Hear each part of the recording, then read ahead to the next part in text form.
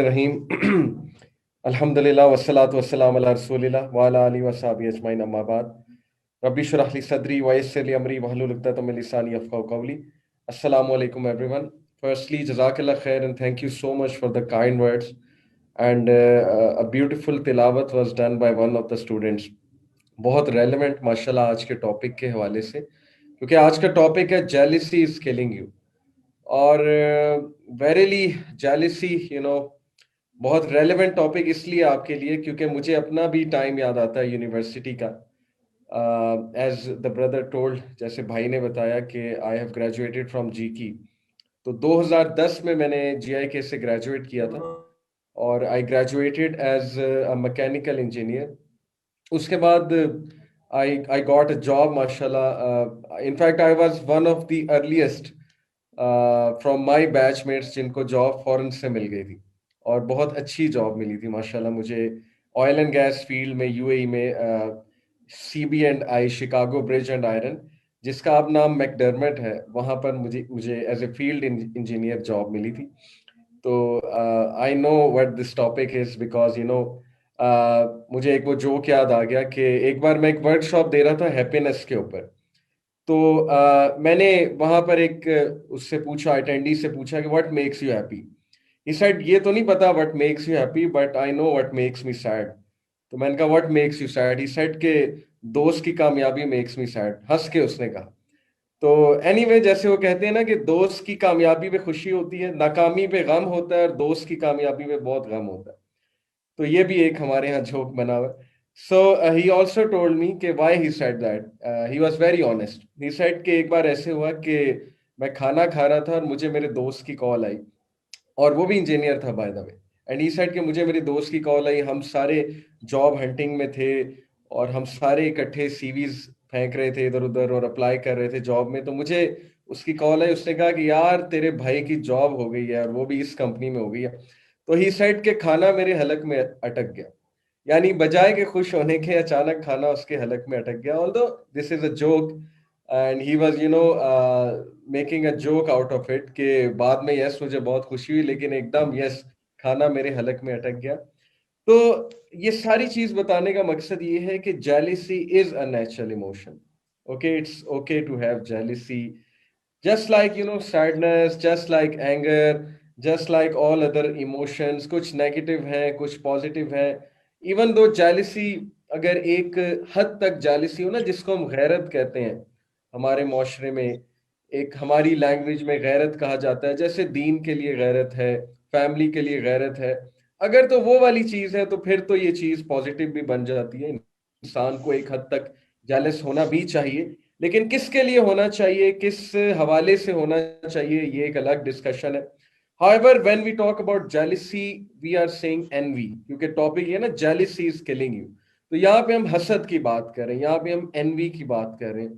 तो इंशाल्लाह I will clarify कि envy क्या है और what is the solution and how can we go about it, because in this जिस एज ग्रुप में आप हैं स्टूडेंट लाइफ में, obviously when we go to university, वहाँ पे तरह तरह के लोग मिलते हैं, हर बैकग्राउंड से बंदा आया होता है और सीनियर्स जो हैं वो मसाया होते हैं, मसीहा होते हैं।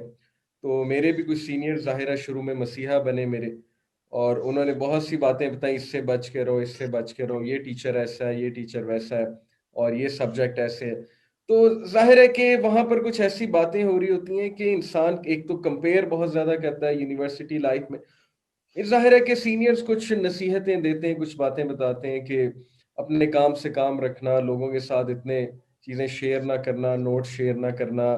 हालांकि हमें तो यही बताया जाता है ना, बचपन से जो ग्रूमिंग की जाती है कि चीज़ें शेयर करने से बढ़ती हैं, और जाहिर है कि दूसरों के लिए आसानी क्रिएट करने से अल्लाह ताला आपकी ज़िंदगी में आसानी क्रिएट करता है। But you should see students when job opportunities कम, जब जाहिर है कि सीवी बनाने की बारी आती है, तो फिर everyone wants to create the best CV and everyone wants कि मेरा इंटरव्यू हो जाए एंड एवरीवन वांट्स कि मैं सिलेक्ट हो जाऊं। It's okay, cut throat competition है। This is life, this is how this world is unfortunately design.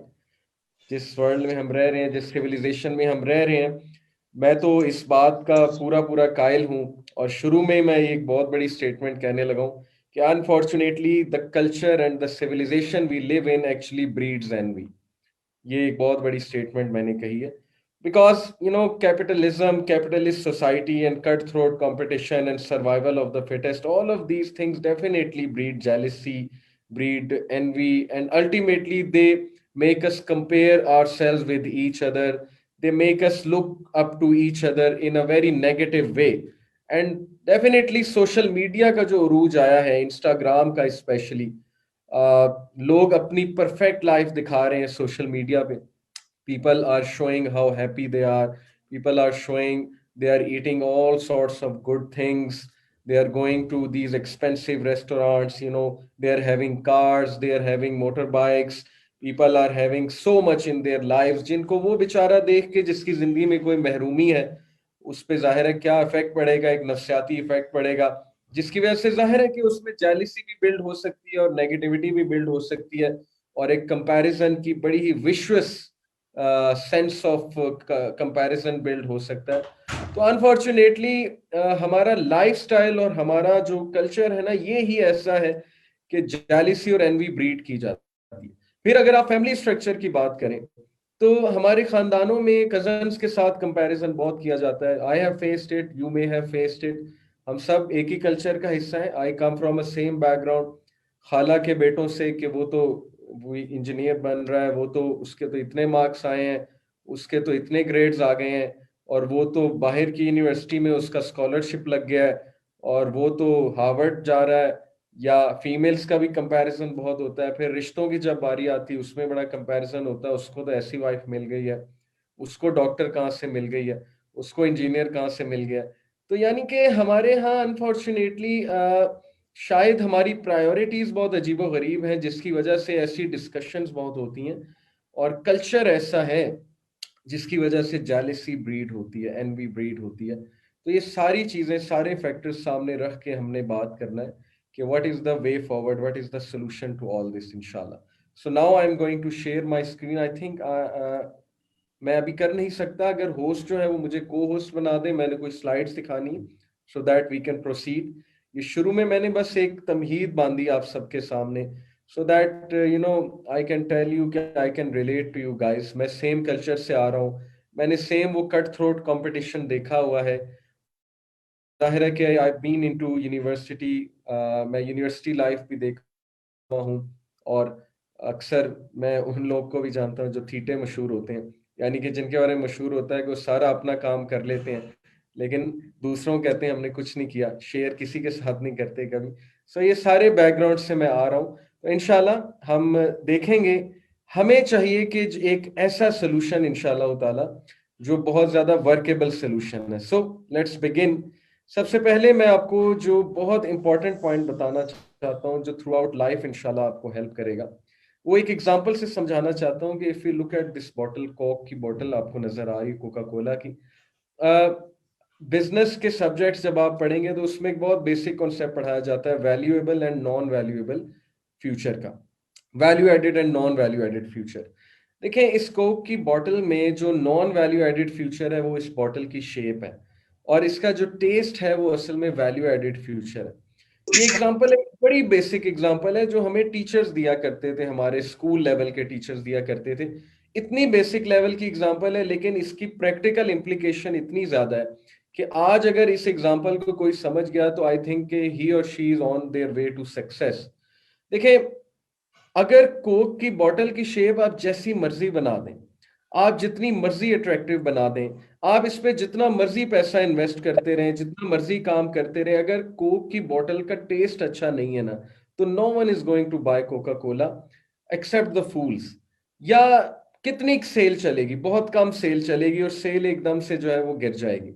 उसकी वजह यह है कि जो वैल्यू एडेड फ्यूचर है, वैल्यू एडेड फ्यूचर वो होता है जो एक्चुअली मैटर कर रहा होता है with respect to the purchase, जिन जो कस्टमर्स होते हैं.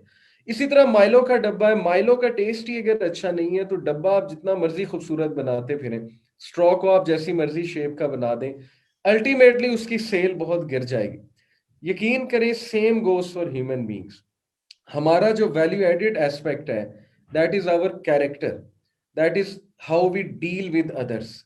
हार्वर्ड यूनिवर्सिटी में 20 साल एक रिसर्च कंडक्ट हुई. For 20 years they followed the lives of their students.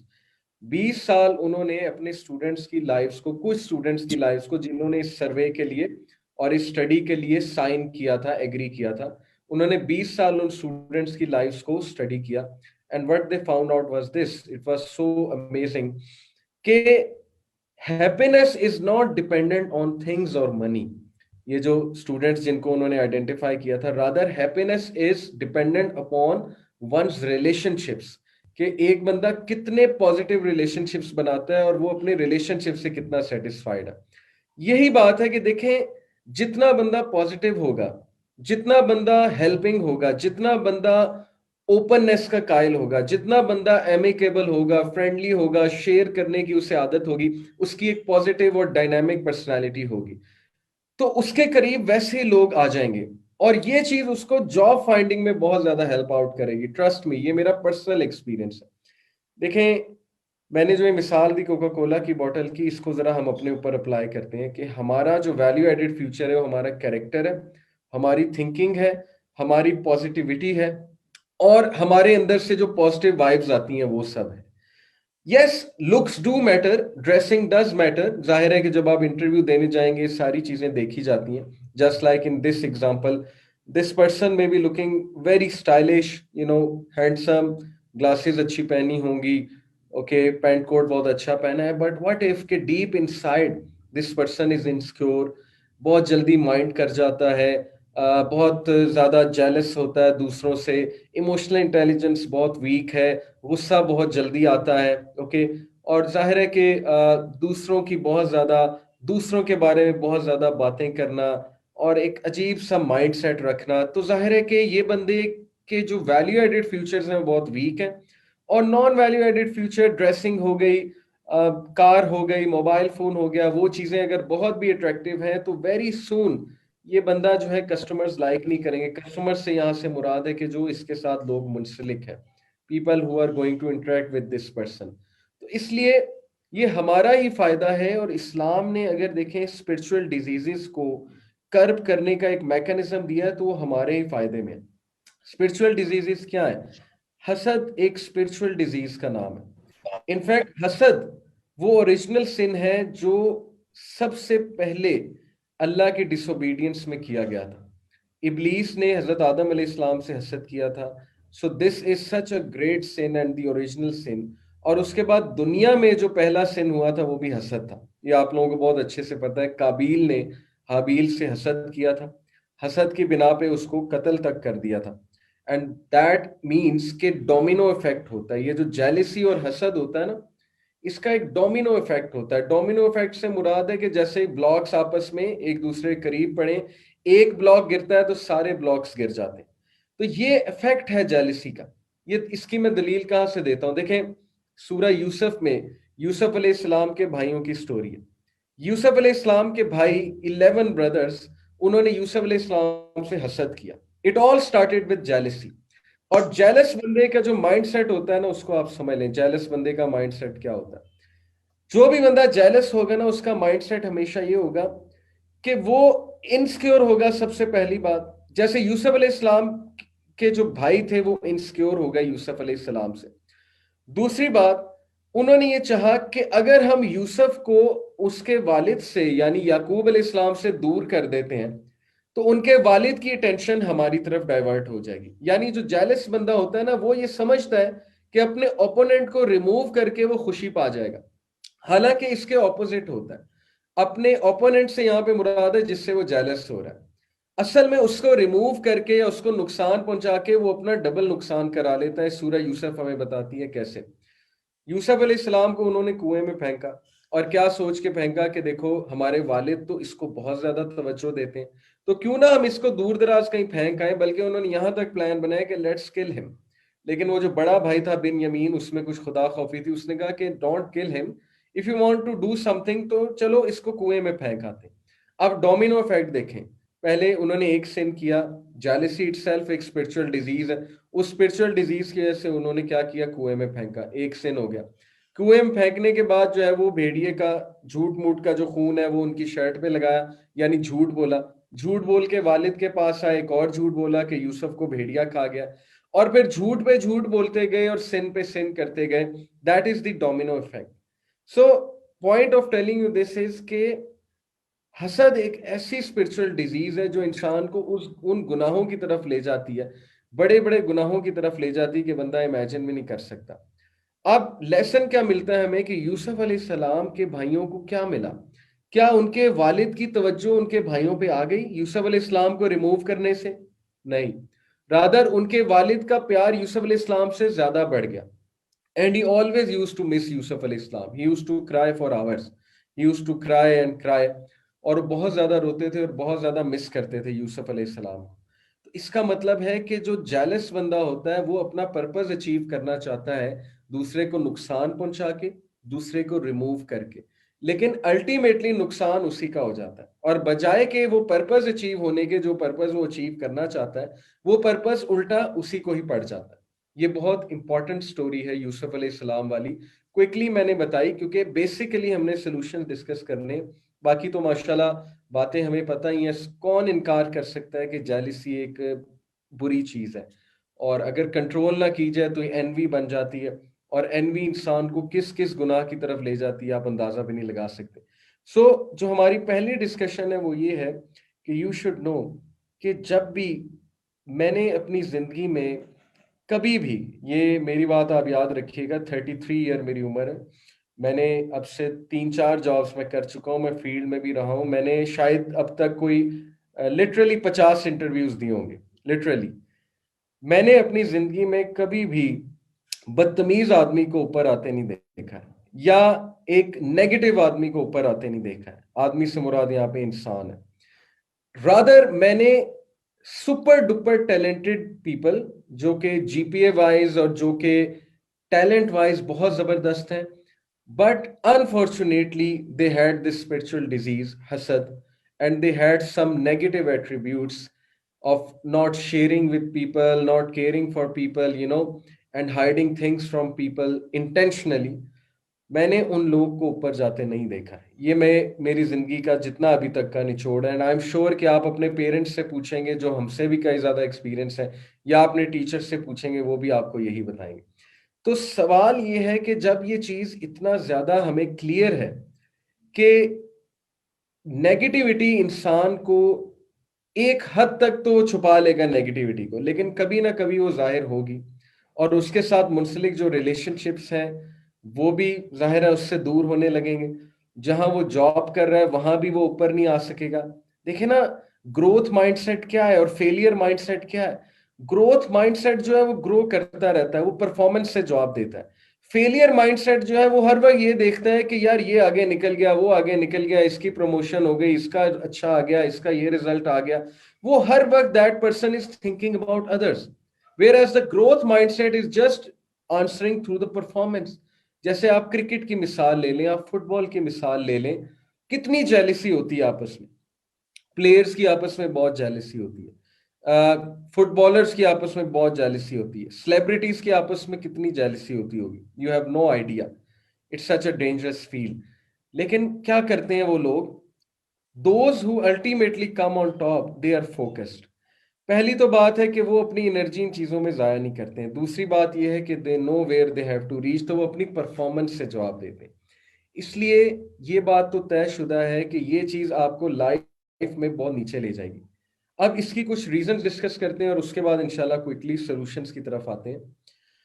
सबसे पहले ये एक सेंटेंस यहाँ पे जो लिखा है कि research has identified many root causes of extreme jealousy including low self esteem. पहली जो रीजन है, बड़ी एविडेंट रीजन है, जाहिर है कि जिसकी अपनी सेल्फ एस्टीम लो है, जो एक ऐसे बैकग्राउंड से आ रहा है कि नहीं अपॉर्चुनिटीज मिली, सेल्फ एस्टीम लो है, सेल्फ रिस्पेक्ट भी लो है, इनसिक्योरिटीज बिल्ड है बहुत ज्यादा, तो ऑब्वियसली कि जब वो दूसरों को देखेगा या देखेगी तो उसके अंदर एक ख्वाहिश पैदा होगी, एक महरूमी, सेंस ऑफ डेप्रीवेशन पैदा होगी, महरूमी का एहसास पैदा होगा। और हो सकता है कि अगर वो इस महरूमी के एहसास को, इस रूहानियत की बीमारी को उन चीजों से काउंटर ना करे जो अल्लाह ने हमें बताया है, तो हो सकता है कि ये चीज डीप रूटेड होके उस बंदे के लिए हसद बन जाए, एनवी बन जाए, और इसकी वजह से वो अपनी हेल्थ भी डाउन करे, फिजिकली भी, मेंटली भी, और यहाँ तक वो डेंजरस बन जाए कि वो दूसरे को नुकसान पहुंचाने तक चले जाए, जैसे यूसुफ अलैहिस्सलाम के भाई नुकसान पहुंचाने तक जो है वो चले गए। तो लो सेल्फ एस्टीम इसकी वन ऑफ द कॉजेज है कि जिन लोगों की सेल्फ एस्टीम जरा लो है, जब वो एक कॉम्पिटिटिव एनवायरनमेंट में आएंगे, जब वो जाहिर है कि एक ऐसी जगह पर आएंगे जहाँ पे बहुत से उनसे ज्यादा टैलेंटेड लोग मौजूद हैं, तो हो सकता है कि उनमें जेलिसी का एलिमेंट पैदा हो जाए, क्योंकि इट्स अ नेचुरल इमोशन, जैसे कि मैंने आपको बताया। हाई न्यूरोटिसिज्म, न्यूरोटिसिज्म बेसिकली एक एट्रीब्यूट है, पर्सनालिटी का एक ट्रेट है, बिग फाइव ट्रेट्स में से। You can search it out, big five traits, ये पर्सनालिटी की थ्योरी है, ट्रेट थ्योरी टू पर्सनालिटी। इनमें से एक ट्रेट है न्यूरोटिसिज्म। न्यूरोटिसिज्म बेसिकली कहते हैं कि जो बंदा बहुत ज्यादा एंग्जाइटी का शिकार हो, स्ट्रेस का शिकार हो, बहुत ज्यादा नेगेटिव थिंकिंग का मालिक हो, तो ये एक पर्सनैलिटी का पार्ट भी होता है कि कुछ लोग अनफॉर्चुनेटली ऐसे बैकग्राउंड से आ रहे होते हैं कि बहुत ही नेगेटिव देखी होती है उन्होंने थ्रू आउट।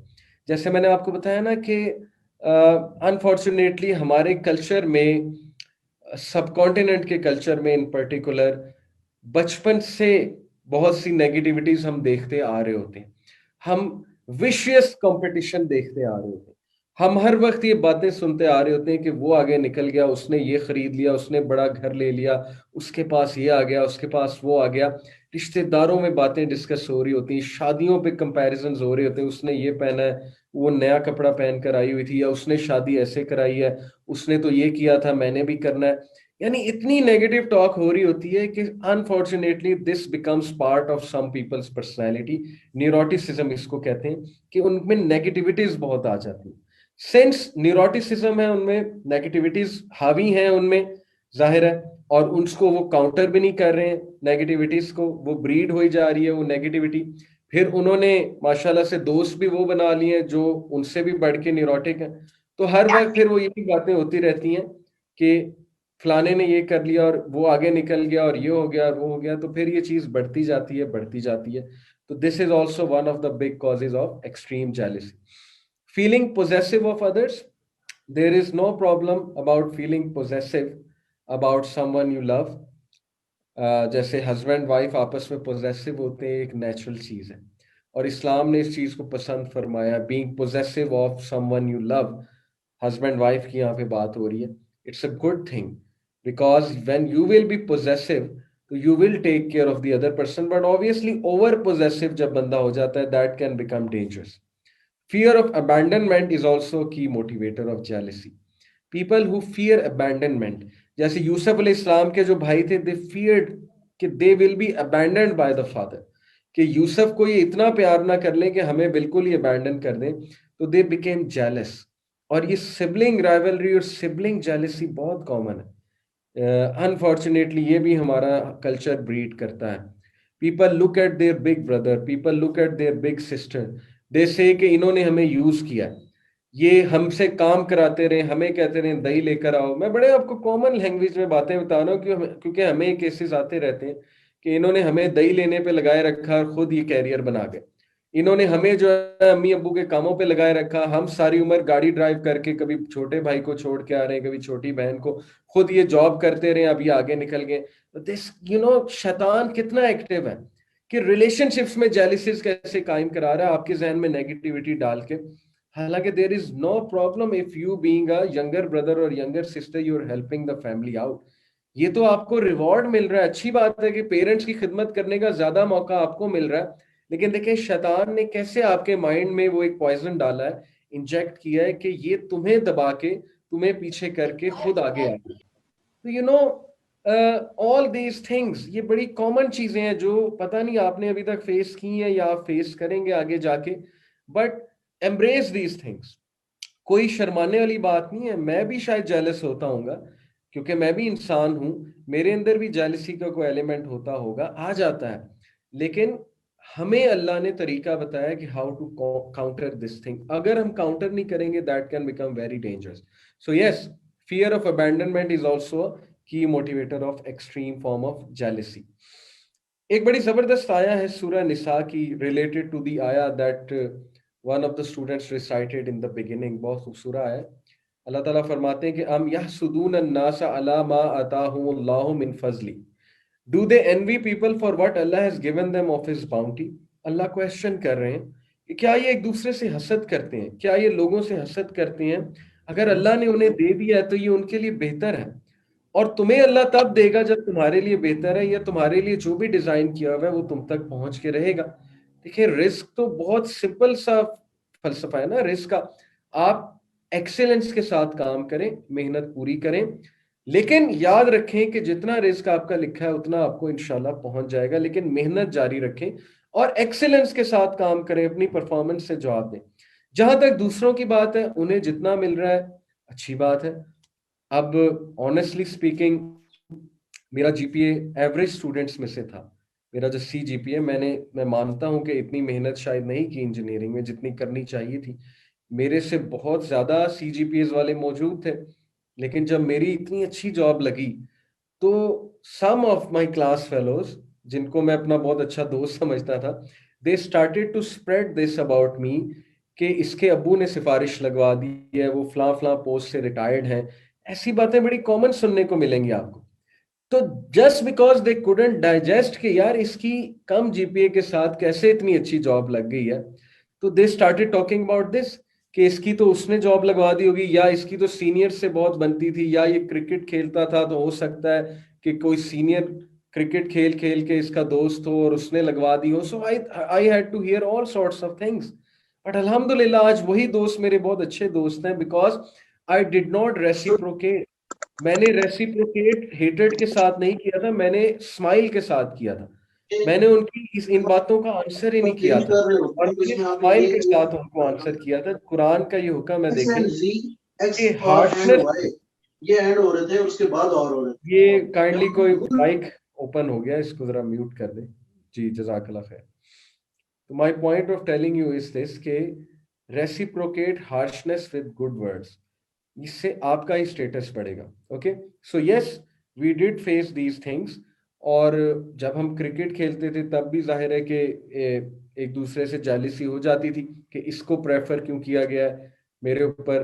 अटैकर तो मैं था लेकिन ये नया अटैकर आ गया, बंदा इनसिक्योर हो जाता है ना। उसकी जगह जब नया बंदा आने लग जाए तो ऑब्वियसली फिर लोग इनसिक्योर हो जाते हैं। तो ये चीजें आपको बहुत फेस करने की लाइफ में। This is really practical thing जो अभी मैं बातें आपको बता रहा हूँ।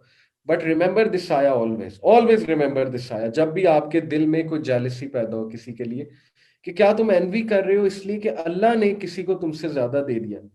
हाँ, ये एक अलग बात है कि कोई अनफेयर मीन से ऊपर आ गया, वो एक अलग टॉपिक है, अभी हम उसकी बात नहीं करें। अभी हम बात करें कि जनरली नेचुरली आपसे कोई ऊपर आ गया तो उसमें घबराने की बात नहीं है। अल्लाह ताला आपको देता रहेगा, आपका जो रिस्क है वो आप तक आता रहेगा, आप तक जो पोजीशन आनी है वो आप तक आती रहेगी। आप उस हदीस पे गौर करें कि इब्ने अब्बास रज़ियल्लाहु अन्हु 14 साल के बच्चे थे। प्रॉफिट सल्लल्लाहु अलैहि वसल्लम ने उनके कंधे पे हाथ रखा। एक बार सफर पे जा रहे थे, प्रॉफिट सल्लल्लाहु अलैहि वसल्लम ने उन्हें रोका, कंधे पे हाथ रखा। इब्ने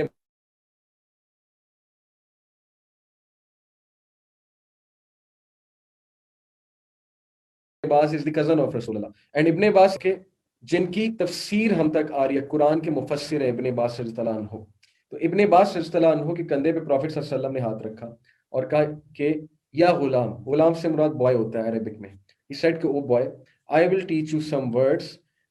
और वो वर्ड्स क्या है? इत्तकिल्लाह, अल्लाह ताला, be conscious of Allah and Allah will take care of all your matters. और फिर ऐसी बात कही, इतनी पावरफुल बात कही कि know that if Allah has written something for you it will reach you even if the whole world gathers to stop it, and know that if Allah has not written something for you it will not reach you even if the whole world gathers to help you. The pens have written and the ink has dried. कितनी खूबसूरत बात है, क्या personality बनी होगी उस बच्चे की। और इब्ने अब्बास is a big name in सहाबा। इब्ने अब्बास को अल्लाह के नबी ने 14 साल की उम्र में ये फिलॉसफी ऑफ लाइफ दे दी थी कि नो, कि अल्लाह ने अगर कोई तरक्की लिखी है, अल्लाह ने अगर कोई पोजीशन लिखी है, अल्लाह ने अगर कोई रिस्क लिखा है, तो पूरी दुनिया उसको स्टॉप करने के लिए आ जाए नहीं रोक सकती। जैसे सूरह यूसुफ हमें क्या सिखाती है, यूसुफ अलैहिस्सलाम के भाइयों ने रैली किया कि इसको निकाल दें यहां से, लेकिन वो निकले क्या? वो किंग बन के वापस आ गए। यूसुफ अलैहिस्सलाम ultimately became the king of the Egypt. कहाँ एक बच्चा गांव में रह रहा है, जंगलों में रह रहा है, और देखेंगे भाइयों की साजिश की वजह से वो किंग बन के वापस आ जाता है। तो ये चीजें, स्टोरीज हमें क्या सिखाती हैं कि ultimately whatever is written for you will reach you by hook और क्रूक। ओके, तो ये हमेशा जब भी हमारे अंदर कोई जालिसी पैदा हो, हमें ये चीज जरूर सोचनी चाहिए। फिर सूरह देखें, सूरह फलक में आखिरी जो आया है, वमिन शर्रि हासिदिन इज़ा हसद, अल्लाह ताला ने हमें ये बताया है कि पनाह मांगो हासिदों से। Now whenever jealousy starts to build in you, think about it कि do you want your name to be written in bad books of Allah? Do you want your name to be written in the Quran with this वमिन शर्रि हासिदिन इज़ा हसद, कि मैं हासिदों के हसद से पनाह मांगता हूँ। ये अल्लाह ने पनाह मांगना सिखाया हमें। ओके, तो क्या आप चाहते हैं कि हमसे कोई पनाह मांगे जब भी आपके अंदर जालिसी पैदा हो? इसलिए ये आयात भी अपने माइंड में लाया करें कि I have to counter this, औज़ बिल्लाह पढ़ के I have to counter this. जब भी आप किसी के पास कोई फजल वाली चीज देखें तो रिमेंबर टू से अल्लाहुम्मा बारिक लहा if it's a female and अल्लाहुम्मा बारिक लहू इफ इट्स अ मेल। हम यूजली कहते हैं माशा अल्लाह। माशा अल्लाह एक वैसे ही हमारे यहाँ रवायती सेंटेंस है। माशा अल्लाह का मतलब होता है जो अल्लाह की मशीयत है। माशा अल्लाह is not to be said when you see someone having a lot. ये एक बात वैसे ही मशहूर हो गई। हदीस के मुताबिक जो सेंटेंस कहा जाता है, जब आप किसी के पास बहुत अच्छी गाड़ी देखें, आप उसके पास कोई नई चीज देखें, आप उसको कोई पोजीशन में देखें, तो आप कहें अल्लाह बारिक लहू, मे अल्लाह ब्लेस यू इन इट। ये है दुआ जो आपको हसद से बचाएगी। और ये वो दुआ है कि प्रॉफिट सल्लल्लाहु अलैहि वसल्लम ने कहा कि जो ये दुआ पढ़ता है अपने भाई या बहन के लिए, तो अल्लाह ताला उसको उससे बेहतर देता है, यानी अल्लाह विल कॉम्पेंसेट यू। और बेहतर से मुराद ये नहीं है कि उससे बढ़ के दे दिया, बेहतर से मुराद है कि जो आपके लिए इंशाअल्लाह ताला बेहतर है वो आपको मिल के रहेगा। तो ये दुआ होती है अल्लाह बारिक लहा व अल्लाह बारिक, और अल्लाह बारिक लहू अगर ये मेल है। Okay, what is the source of jealousy? बस क्विकली हम इंशाल्लाह वाइंड अप करते हैं। देखें, सूरह हुजरात अल्लाह ताला ने हमें एक आयत में बताया, या अय्युहल्लज़ीना आमनू इज्तनिबू कसीरम मिनज़्ज़न इन्न बअज़ ज़न्नि इस्म वला तजस्ससू वला यग़्तब बअज़ुकुम बअज़ा। ए लोगों जो ईमान लाए हो, इज्तनिबू कसीरम मिनज़्ज़न, एक दूसरे के बारे में बदजनी ना करो, नेगेटिव एजम्पशंस ना बनाओ एक दूसरे के बारे में। इन्न बअज़ ज़न्नि इस्म, most of the assumptions are sin. जाहिर है कि जेलिसी कहां से शुरू होती? एजम्पशन से। आप एजम्पशन ही ना बनाएं। आप क्यों एजम्पशन बना रहे हैं किसी के बारे में? ठीक है, negative assumptions are definitely going to take you a long way और हसद की तरफ आपको ले जाएगा। फिर वला तजस्ससु वला यग़्तब बाज़ुकुम बाज़ा, अल्लाह ताला ने ये कहा तजस्ससु वला तजस्ससु, एक दूसरे की जासूसी ना करो, टो में ना लगो। टो में लगने से क्या मुराद है? What's going on in his और हर लाइफ, उसकी जिंदगी में क्या चल रहा है, उसके पास कितने कपड़े हैं, वो कौन से ब्रांड्स पहन रहा है, ये टो में लगना होता है। ओके, और मैं देखूं कि वो क्या कर रहा है आजकल, या वो क्या कर रही है, किसी का प्रोफाइल स्टॉक करना जाके कि आजकल क्या हो रहा है। एंड बिलीव मी कि प्रोफाइल पे पीपल अपना बेस्ट लेकर आते हैं, you have no idea about their real life. तो वला तजस्ससु वला यग़्तब बअज़ुकुम बाज़ा, एक दूसरे की जासूसी ना करो और टो में ना लगो एक दूसरे के। ओके, सस्पिशियस ना हो एक दूसरे के बारे में।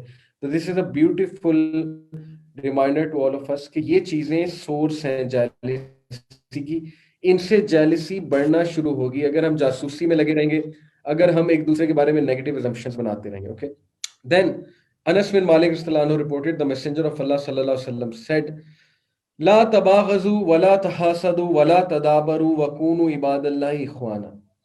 Do not hate each other, do not envy each other, do not turn away from each other, but rather be servants of Allah as brothers। कितनी खूबसूरत हदीस है। तमाम ह्यूमैनिटी के लिए एक दूसरे से नफरत ना करो। A Muslim cannot hate another Muslim regardless of the differences। How can someone hate another Muslim? It is not possible unless उसके अंदर शैतानियत है। आप मिसाल के तौर पे अगर किसी को गुनाह भी करते देखते हैं बहुत बड़ा, तो गुनाह से नफरत की जाती, गुनाहगार से नफरत नहीं की जाती है। Do not envy each other, एक दूसरे से हसद ना करो। Do not turn away from each other, एक दूसरे से मुंह ना फेरो, but rather be servants of अल्लाह एज ब्रदर्स। इबाद अल्लाह बन के रहो और इख्वान ब्रदर्स बन के रहो, अल्लाह से डरने वाले बन जाओ। अ ब्यूटीफुल नसीहा बाय रसूलुल्लाह सल्लल्लाहु अलैहि वसल्लम।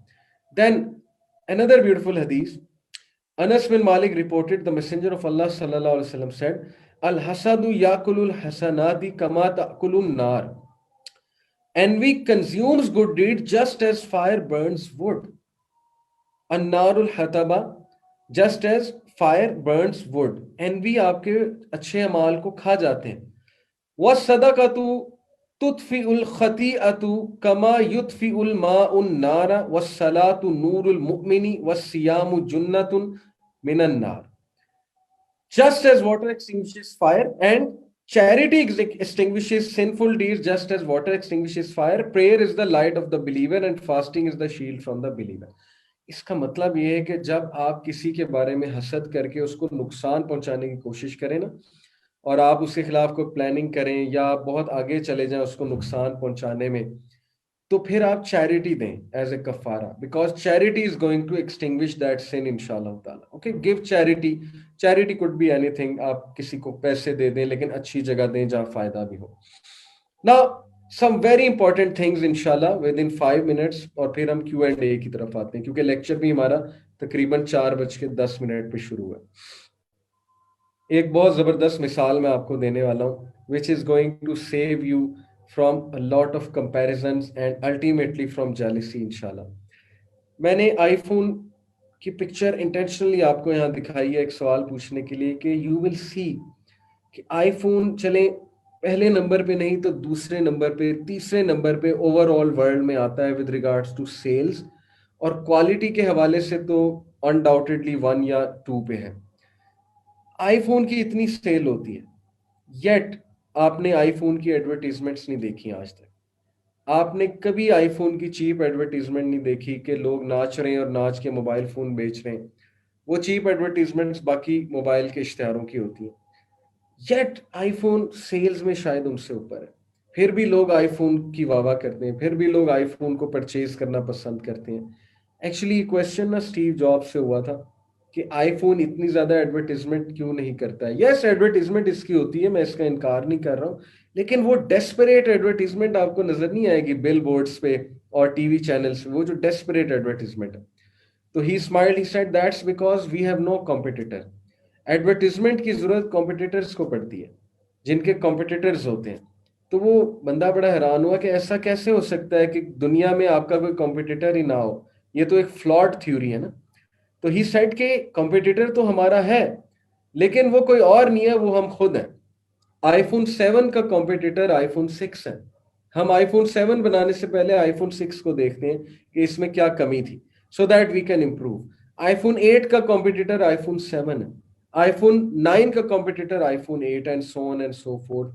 तो हमारा कॉम्पिटिटर हम खुद हैं, हम खुद बेंचमार्क सेट करते हैं. This is such an amazing example if you can apply it in your life. Look in the mirror, that's your competition. अगर आपका आने वाला कल पिछले से बेहतर नहीं है और आप सिर्फ लोगों की तरफ देख के रोई जा रहे हैं कि उसके पास ये आ गया, उसने ये कर लिया, उसने वो कर लिया, वो यहाँ निकल गया, तो ये एक फेलियर माइंडसेट. रादर जो ग्रोथ माइंडसेट के लोग होते हैं वो अपने आप से compete करते हैं. अच्छा, कल मेरे पास इतना नॉलेज था, अगले दिन एक नॉलेज का स्टेप बढ़ जाना चाहिए, चाहे वो एक सेंटेंस का नॉलेज हो. अच्छा, कल मेरे पास ये चीज थी, आज थोड़ी सी इससे बेहतर होनी चाहिए in terms of personality, in terms of skill की यहाँ पे बात कर रहा हूँ.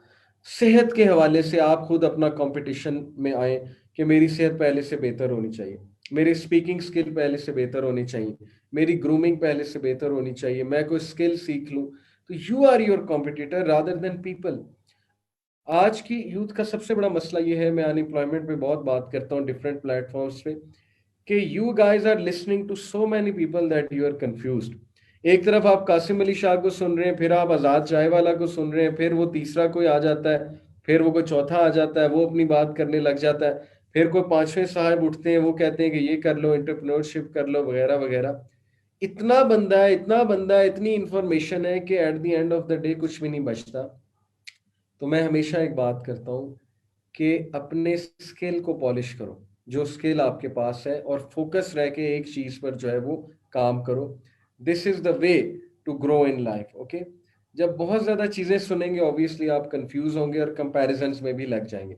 तो ये एक चीज मैंने आपको बताई in order to avoid such a thing. Next thing, To avoid jealousy, to avoid comparing yourself to others, know your values. आपकी वैल्यूज क्या है? अगर आपको अपनी वैल्यूज पता है, अगर आपको अपने आप का पता है, you will not gate insecure by others, क्योंकि आपको पता है कि आप कौन है, आपको पता है आप किस बैकग्राउंड से आ रहे हैं, आपको पता है आप कितनी मेहनत कर रहे हैं, आपको ये पता है कि मेहनत का सिला अल्लाह सुब्हानहू व तआला देते ही देते हैं। तो जब आपको अपनी वैल्यूज का पता है, आप इधर से उधर नहीं डीफोकस होंगे, and you will always be focused. अपनी वैल्यूज का लिखें कि मेरी वैल्यूज क्या है। मिसाल के तौर पे अगर आप मुझसे मेरी वैल्यूज पूछें तो रिलीजन मेरी टॉप वैल्यू है, एडवेंचर मेरी सेकंड वैल्यू है, लॉयल्टी मेरी तीसरी वैल्यू है। ये वैल्यूज होती है ना, लॉयल्टी हो गया, एडवेंचर हो गया, ऑनेस्टी हो गया, इंटेग्रिटी हो गया, एंड मैनी अदर थिंग्स। तो फाइंड आउट योर वैल्यूज ताकि आप दूसरों से कंपेयर ही ना करें। You are very unique, okay. You may do a lot of hard work and at the end of the day you may not get that result जो लोग shortcut लगा के कर लेते हैं। तो कोई बात नहीं, शॉर्टकट लगा के अगर कोई आपसे अच्छा ग्रेड ले गया है, अल्लाह तो देख रहा है ना कि आपने कितनी मेहनत की है। और याद रखें कि मेहनत का सिला हमेशा आपको मिलेगा। हो सकता है कि शॉर्टकट वाला इंटरव्यूज में स्टैंड आउट ना करे, आप स्टैंड आउट कर जाए क्योंकि आपने इन डेप्थ स्टडी की होगी। Okay, so there is always a positive side to things. And then obviously know yourself, remember this. जो बंदा अपने आप को जानता है, there are very few chances कि वो किसी से जेलस होगा, क्योंकि उसे अपनी सक्सेस स्टोरी खुद पता है। उसे पता है कि मेरी क्या स्ट्रगल है, मैं कौन हूँ। जैसे ये एलिफेंट की स्टोरी है कि इसको अपना नहीं पता था, बचपन में किसी ने इसको रस्सी से बांध दिया था, ये रस्सी के साथ ही बंधा रहा और इसने छुड़वाने की कोशिश की लेकिन ये नहीं छुड़वा सका। अब इसका ये बिलीफ बन गया कि मैं तो कभी रस्सी छुड़वा ही नहीं सकता। इस वजह से ये सैड है, अपने ही उसमें रह रहा है, अपने शेल में रह रहा है कि मेरे अंदर तो कोई टैलेंट नहीं है। और जाहिर है दूसरे हाथियों को देखता होगा तो जेलस होता होगा। पॉइंट इज कि इसने कभी अपने पोटेंशियल पे नजर ही नहीं दौड़ाई, ये सिर्फ दूसरों को देख के उनसे जेलस हो रहा है। तो रिमेंबर दिस कि अब ये हाथी बड़ा हो चुका है, ये रस्सी इजीली तुड़वा सकता है। तो पास्ट के नेगेटिव एक्सपीरियंसेस की वजह से अगर कोई हादसा हुआ था पास्ट में आपके साथ, तो don't let it overcome you and don't let it make a part of your personality. अल्लाह ताला ने आपको बहुत ज्यादा टैलेंट दिया है। पास्ट इज पास्ट, जो होना था हो चुका है। जो स्किल आप नहीं सीख सके, there is always a chance to learn it. Rather than getting jealous of others, rather than seeing कि दूसरे क्या कर रहे हैं, अपने ऊपर तवज्जो दें कि मैं क्या कर सकता हूं। This is the way to go, okay. And then obviously ये मैंने जो आपको कोट सुनाना, Instagram has ruined a whole generation's expectations of relationships, work, and everything in between. It has made perfect look normal, so now good has become disposable. Steven Bartlett एक social media influencer है। उसने कहा है कि Instagram ने एक generation की expectations को रुइन कर दिया। Why? Because Instagram makes perfect look normal and so good has become disposable. इस वजह से भी जेलिसीज पैदा होती हैं लोगों के दरमियान आपस में, जब वो देखते हैं कि अगला तो यहाँ गया हुआ है, मैं कमरे में क्या कर रहा हूँ। अगले ने तो नई गाड़ी ले ली, मेरे पास तो एक फटीचर गाड़ी है। अगला जो है वो निकला हुआ है वेकेशन पे अपने जो है वो वाइफ के साथ या हस्बैंड के साथ, मैं यहाँ पे क्या कर रहा हूँ या कर रही हूँ। अगले की तो जॉब लग गई। तो ये सारी न्यूज हमारे तक कहाँ से आ रही होती है? सोशल मीडिया से आ रही होती है। इसका मैं आपको एक हल बता देता हूँ। एक तो ये याद रखिए, प्रॉफिट सल्लल्लाहु अलैहि वसल्लम की advice, be discreet in order to achieve what you want, for everyone who is blessed is envied. सही अल जामे की हदीस है। प्रॉफिट सल्लल्लाहु अलैहि वसल्लम ने कहा कि डिस्क्रीट रहो अपनी इंफॉर्मेशन के हवाले से। डिस्क्रीट से मुराद है कि छुपाओ अपनी ब्लेसिंग्स को। लोगों को इतना ज्यादा ओपन दिखाने की क्या जरूरत है?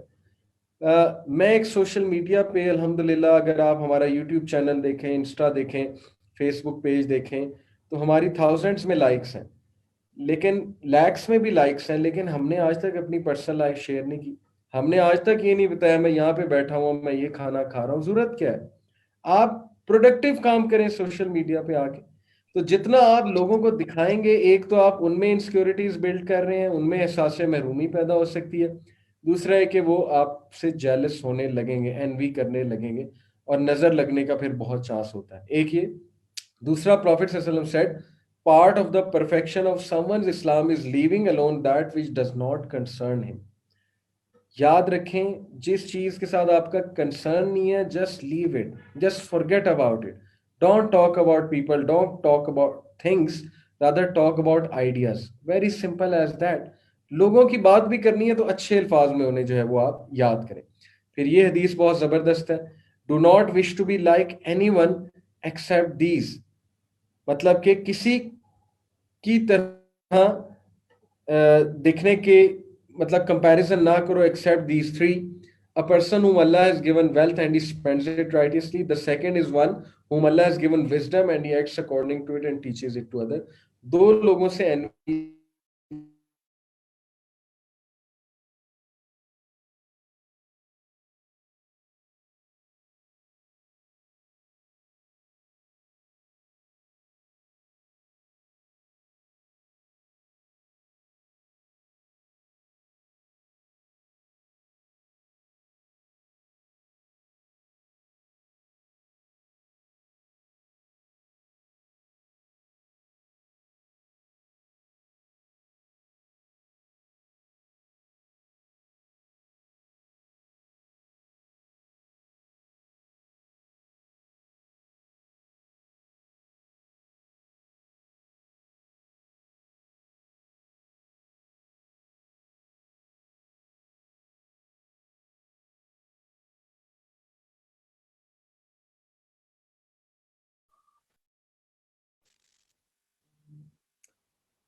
जी अस्सलाम वालेकुम. Sorry I got disconnected. So हम वहीं से स्टार्ट करते हैं इंशाल्लाह ताला. मैं बस आखिरी दो बातें कर रहा था कि याद रखें कि हम सब का अल्टीमेट पर्पस जो है ना, दैट इज जन्ना, that is paradise, no matter what others से. ये मौलवियाना बात नहीं है, इसको अपने माइंड से निकाल दें. मौलवियाना बात है, ये अल्लाह की बात है कि strive for that place, for जन्ना, strive for the higher place. अब जब एक बंदा जन्नत अचीव करना चाहता है और सबको जन्नत में देखना चाहता है तो फिर जेलस होने की क्या जरूरत है किसी से? आपका क्या जाता है अगर किसी ने कुछ अचीव कर लिया दुनियावी तौर पे, तो आपका क्या जा रहा है? आपका पर्पस और आपका विजन तो वहीं का वहीं है. आपका तो मेन गोल ये है कि मैंने जन्नत में जाना है और दुनिया में मैंने जितना अरसा रहना है बस हंसी खुशी से रहना है, जैसे भी रहना है. कभी गम आएगा, कभी खुशी आएगी, कभी रिस्क बढ़ जाएगा, कभी इतना रिस्क नहीं आएगा, कभी जो है वो हो सकता है गुर्बत भी आ जाए. There are all sorts of things. तो जब आपका अल्टीमेट पर्पस, अल्टीमेट गोल वो है, तो फिर किसी से जेलस होने की कोई जरूरत नहीं है. You have to in fact be sure कि everyone reaches there such a beautiful purpose. And yes, last thing, just imagine yourself after 15 years. Where will you be after 15 years? 15 साल बाद कहाँ हैं आप? इमेजिन करें. अल्लाह को पता है कहाँ है. आप में से बहुत से लोग जॉब्स पे लगे होंगे जो अभी आपको पता भी नहीं किन जॉब्स. हो सकता है आप में से बहुत से लोग बिजनेस कर रहे हो सकता है आप में से बहुत से लोग आउट ऑफ कंट्री हो सकता है आप में से बहुत से लोग डेफिनेटली मैरिड हो, उनके बच्चे होंगे. तो डू यू स्टिल थिंक कि जेलस होने से कोई फर्क पड़ा है 15 साल बाद? 15 साल बाद आप वही हैं जहां आपने पहुंचना है. मुझे कभी था, मैं वहमो गुमान में भी नहीं था मैं यूथ क्लब में काम कर रहा हूँ, इंजीनियरिंग को खैराबाद कह के मैं टीचिंग में आ गया हूँ, मैं एक पब्लिक स्पीकर हूँ, मैं एक मोटिवेशनल स्पीकर हूँ. 15 साल पहले मैं इमेजिन भी कर सकता था, बल्कि 15 साल पहले तो मेरा गोल था कि मैं एक म्यूजिशियन बनूंगा. तो क्या अभी मैं म्यूजिशियन हूँ? मैं वही हूँ जो मैंने 15 साल बाद बनना था. तो ये सारी चीजें, ये जेलस होना लोगों से और एनवी क्रिएट करना और एकदम से इनसिक्योर हो जाना, इसका क्या फायदा है जब 15 साल बाद आपने वहीं पहुंचना है जो आपके लिए लिखा हुआ है. लेकिन मेहनत जरूर करनी है, एक्सीलेंस के साथ जरूर चलना है. एंड लास्ट, दिस ब्यूटीफुल हदीस, Abdullah ibn Amr reported, it was said to the Messenger of Allah sallallahu alaihi wasallam, which of the people are best? The Messenger of Allah sallallahu alaihi wasallam said, Kullu makhmumil qalbi sudukil lisani. Everyone who is pure of heart and truthful in speech. They said, truthful in speech we know, but what is a pure heart, Ya Rasulallah?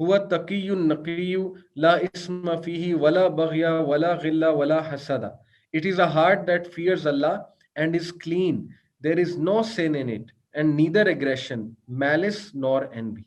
That doesn't mean कि ये sin कभी नहीं करेगा. Human being से sin होता है. There is no sin it से मुराद है कि स्पिरिचुअल डिजीज से ये पाक होता है दिल. Okay, because it is always fearing अल्लाह. ये अल्लाह से डरने वाला दिल है. इसको पता है कि अल्लाह ताला ने मुझे क्या हुक्म दिया है कि लोगों से जेलसी नहीं क्रिएट करनी है. Whatever is written for me will reach me. Okay, so इसके दिल में ना एग्रेशन है, ना मैलिस है, ना एनवी है, ना किसी खिलाफ साजिश है, ना किसी के खिलाफ नफरत है। This is your purpose, achieve it, make it your goal. और ये गोल आप तभी अचीव करेंगे खुदा की कसम जब आप उस ट्रैक पे चलेंगे, उस गाइडलाइन पे चलेंगे जो प्रॉफिट ने बताई है। और वो गाइडलाइन नमाज है। नमाज जो बंदा पढ़ता है उसका दिल वैसे ही बहुत ज्यादा चांसेस हैं कि साफ रहता है, स्पिरिचुअल डिजीजेस से पाक रहता है। जो बंदा कुरान पढ़ता है, उस पर पॉन्डर करता है, डेफिनेटली उसका डिजीज दिल भी, क्योंकि रूहानी बीमारियों का इलाज ही कुरान में है। तो ये इस पर जब तक हम नहीं चलेंगे, हम जितनी मर्जी बातें करते रहें कि be good be good be good, we will never achieve that goodness which is expected of us in this hadith unless and until we go on that track. So ये आज का मेरी कुछ रिक्वेस्ट थी आपसे। I hope it was beneficial to all of you. Jazakallah khair for listening. Now, if you believe there should be questions, so we can take some questions. My time is over. 50 minutes थे मेरे पास. Thank you very much for listening. Assalamu alaikum.